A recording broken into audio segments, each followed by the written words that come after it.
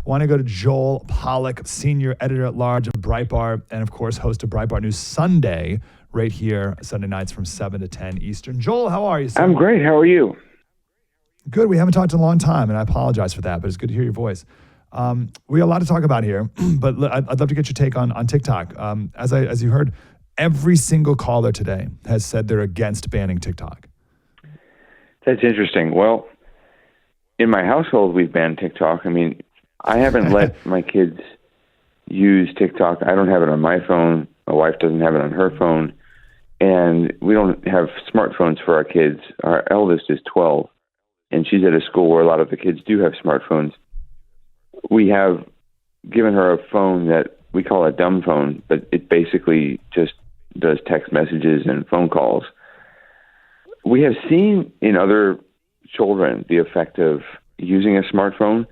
Once the kids have the smartphone, you can't talk to them anymore. You can't get their attention. You can't greet them. They bring it everywhere. They bring it where they're not supposed to have it. They bring it to school. They bring it to religious services. They are completely absorbed by it. And look, adults are completely absorbed by it. I have a hard time putting my phone down, even for dinner and so forth. But kids really have no willpower to resist it whatsoever. And even the computers that we do have, my eldest needs a computer to do schoolwork and homework. She has trouble staying off of YouTube, never mind TikTok. You know, it's just addictive. It's there, and the kids want to look at it. They want to see it. I think we've maintained control. I don't mean to interrupt. The first callers we had said, "Oh, well, this is a parental responsibility thing. This isn't we don't need the government to parent us and tell us how we should parent and get involved through our lives like that," which is a good conservative instinct. What do you say to that? I agree that it's a good conservative instinct, but here's the problem. We have forgotten how to parent in this country, and I'm blessed to have a wife who has a strong sense of how to raise kids and that balance between discipline and joy that you need to be an excellent parent. My wife is an incredible parent. I'm kind of a fun dad. You know, I took my son to the baseball field yesterday, and then we went hiking in the mountains here. I mean, I'm there to have fun and pick up heavy objects and pay the mortgage. You know, I'm there to do what men do. My wife is the one with the really keen parenting instinct, and I take my cues from her. I learn from her. I don't think many Americans have that good fortune, and I see a lot of bad parenting, even in the relatively well-off area of LA where I live. I mean, the most common complaint I had was when I was taking my kids to the park, especially my eldest when she was younger, you'd see little kids hit other kids and parents fail to intervene. You know, they wouldn't do anything to stop their kids from hitting other kids. And I just think we've forgotten how to parent. We have relied on screens to parent our kid, and I'm not knocking the use of screens. Believe me, when my wife is out of town and I've got to manage the household by myself, screens are very helpful, especially for the younger ones who are happy watching Cinderella and Frozen and things like that. You're happy for it because it's the only thing that allows you to wash the dishes.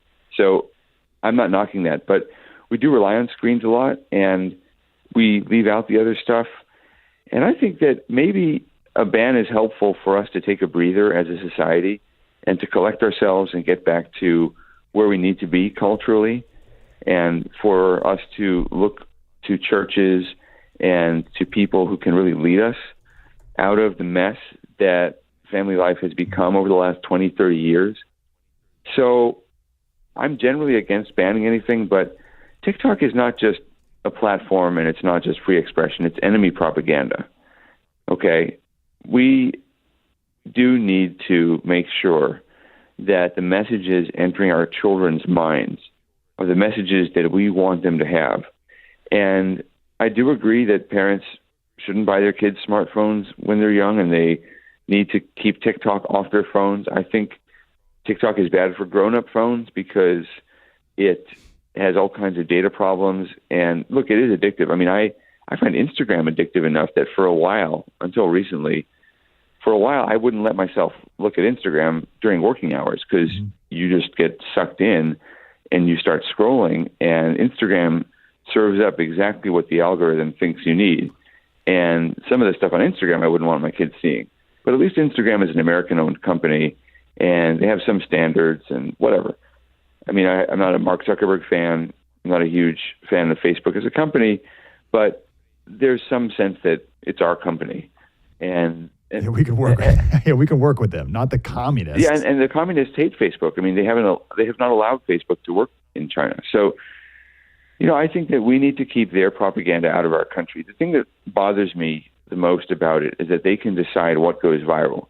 They can basically decide what concepts are allowed to become ubiquitous and what are not.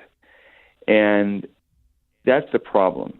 Because when we talk about what people are seeing, we're really talking about virality, right? You're not going to worry too much about some obscure user who's putting out some weird content. But we saw the power of TikTok back in 2020 when TikTok users spoofed Trump supporters, and Trump had a rally in Tulsa, Oklahoma, and TikTok people pretended to buy tickets. And so the rally wasn't full. Every Trump rally is full. And it was the pandemic and everything, but there were full rallies during the pandemic as well when Trump started having them. But the rally in Tulsa was 2/3 full, 1/3 empty, and it looked bad.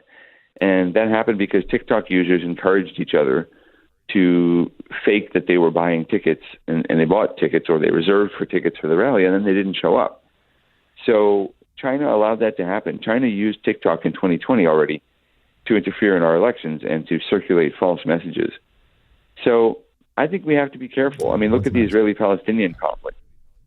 People who watch TikTok have a much more anti-Israel view on the current war than people who don't. That might be because young people generally are uninformed and have sentimental views about world affairs and politics rather than factual views. But China is allowing anti-Israel content to go viral. China has anti-Israel policies. China gives speeches in the United Nations attacking Israel for how it's fighting radical Islamic terrorists when China has millions of Muslims in concentration camps. So China is not something we want our kids to be taking orders from. So I am very sympathetic to the libertarian view. I consider myself a libertarian in many ways, and I'm a free speech absolutist. But this isn't really about free speech. This is about control of speech, and it's control of speech by a foreign government and by a communist government. So I think that we do need to do something to put up a firewall around our country. And the challenge then is to find the leaders and find the examples of people who can remind us how to raise our kids and how to create content that's uplifting. We don't have to be dogmatic and doctrinaire like the Chinese Communist Party. We don't have to just allow people to watch, Leave It to Beaver and Jeopardy. We can do things that have nothing to do with social media, but we have to figure out how to once again restore the connection between parents and children that was the key to creating the successful society. You can't have a free society without virtuous people. That's what the founders believed. And we don't have the sources of virtue anymore in our society. In the 1990s, we still had, I think, a lot of influence from churches. Church attendance has plummeted in the last 20 years. And with church attendance plummeting, we have marriage plummeting, we have childbirth plummeting. And say what you will, we don't even have Americans dating anymore. People are having less sex than they're having. I mean, there's a general decline of joy in our society. And it's because these social institutions are collapsing.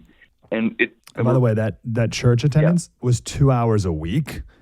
TikTok average use is 2 hours a day. Right.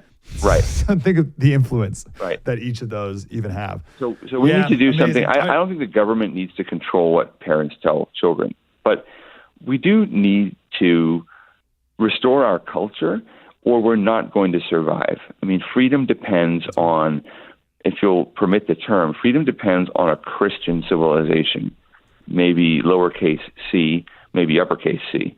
But the fact is that the free values we have don't just persist on their own. Human beings have a natural inclination to be free, but you don't just arrive at mature humanity. You have to be shaped into the human you become, and you're shaped by your family and by your culture. And Christian culture is one that values the dignity of the individual. And a lot of cultures do not. And so I think we need to control our own within boundaries. We don't need to tell people what to believe and what to think, but we do need to find a way, I think, to put a wall around our society, just like we want to put a wall on the southern border. Yeah. John Adams, our Constitution was made for a moral and religious people, wholly inadequate to the government of any other.